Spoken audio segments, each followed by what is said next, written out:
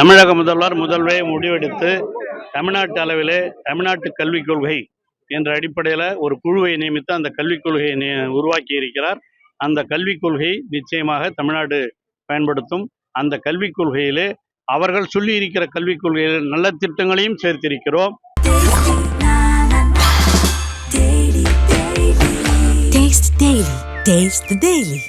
அதே போல புதிய திட்டங்கள் தமிழகத்திலே இதுவரை இருந்து வந்திருக்கிற திட்டங்கள், குறிப்பாக இருமொழிக் கொள்கை, மொழிக் கொள்கையெல்லாம் நாங்கள் என்னென்ன பின்பற்றுகிறோமோ அதைத்தான் பின்பற்றுவோம் என்று உறுதியாக அறிவித்து விட்டோம்.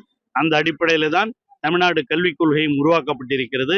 அவைகளெல்லாம் நிச்சயமாக ஆரம்ப கல்வியாக இருந்தாலும் உயர்கல்வியாக இருந்தாலும் அவைகளிலெல்லாம் அமுல்படுத்தப்படும். 2 மொழி கட்டாய பாடம். அதுதான் அண்ணா சொன்னார்.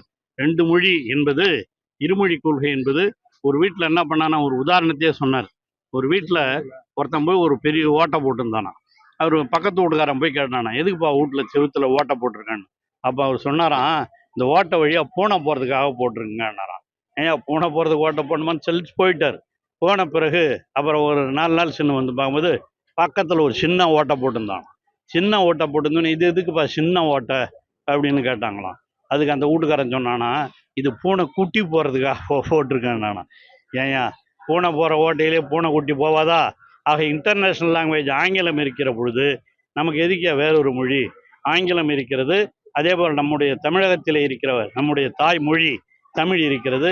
ஆக இந்த இருமொழி கொள்கையே போதும் என்பதுதான் எங்கள் கொள்கை என்று அண்ணா அப்பொழுதே உதாரணத்தோடு விளக்கி சொன்னார்.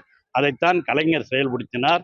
உயர்கல்விகளிலெல்லாம் எல்லா விதத்திலையும் தமிழ்கல்வியை கொண்டு வந்தவர் தலைவர் கலைஞர் தான். அதைத்தான் இன்று தமிழக முதல்வர் தளபதி அவர்களும் பொறியியல் கல்லூரிகளிலே எல்லா பட்டங்களிலேயும் தமிழ் இருக்க வேண்டும் என்று சொல்லியிருக்கிறார். நான் முதல்வன் திட்டத்தின் மூலமாக அந்த படிக்கிற மாணவர்களுக்கு தொழிற்பயிற்சி அளிக்க வேண்டும் என்ற திட்டங்களை எல்லாம் நிறைவேற்றி கொண்டிருக்கிறார். அதனால்தான் இந்தியாவிலேயே தமிழ்நாடு தான் உயர்கல்வியிலே மிகச்சிறந்த நிலைமையில் இருக்கிறது. அது தமிழ்நாடு பின்பற்றுகிற இந்த கல்விக் கொள்கையின் காரணமாகத்தான். ஆகவே எங்கள் மீது வேறு எந்த கல்விக் கொள்கை திணித்தாலும் நாங்கள் ஏற்றுக்கொள்வதற்கு தயாராக இல்லை.